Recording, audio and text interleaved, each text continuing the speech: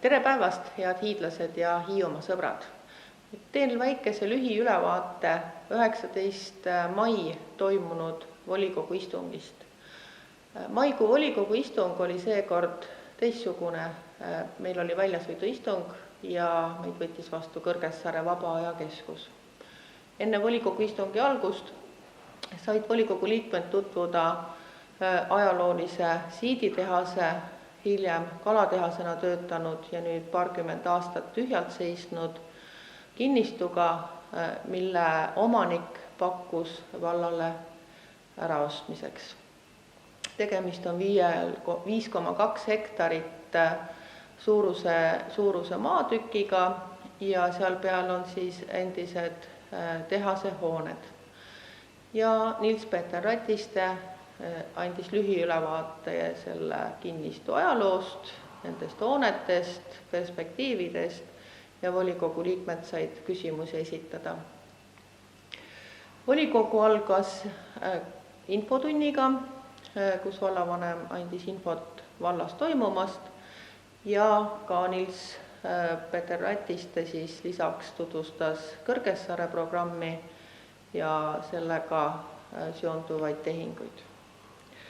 Volikogu päevakord koosnes seekord pigem detailplaneeringute vastuvõtmisest, aga esimese punktina oli kavas Hiiumaa valla Käina aleviku soojusmajanduse arengukava aastaks 2022-2032 ja esimene lugemine. Selle päevakorrapunktiga tuleme ka uuesti tagasi juunikuu volikokku, vahepeal saab seda veel muuta ja täiendada. Ja tegemist on siis Käina soojamajanduse arenguks soojusvõrgu ja katlamaja ehitusprojekti koostamine, siis selle kaudu taotleda rahastust, et korrastada soojamajandust ja pakkuda kaugkütte võimalust. Siis tulid Pühalepa osavalla Andro ja lennuki detailplaneeringute vastuvõtmine, Kärdlas Uus-Tänav 12 detailplaneeringu vastuvõtmine, Kõrgessaare osavallast võeti Palli Kiduspee küla Meretooma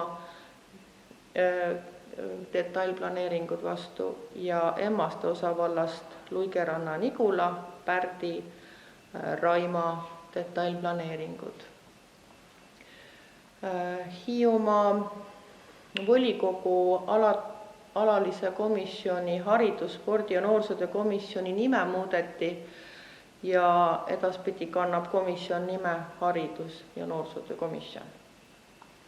Samuti muudeti kultuuri- ja turismikomisjoni nimetust, edaspidi on komisjoni nimi kultuuri- ja spordikomisjon.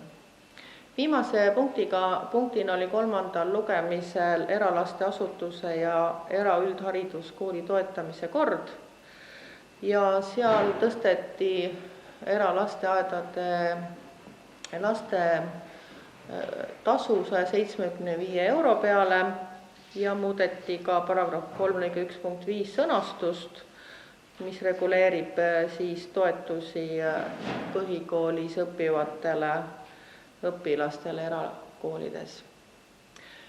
Lühidalt kõik ja soovin teile kõike ilusat ja sooja ilme praeguses kevades. Aitäh!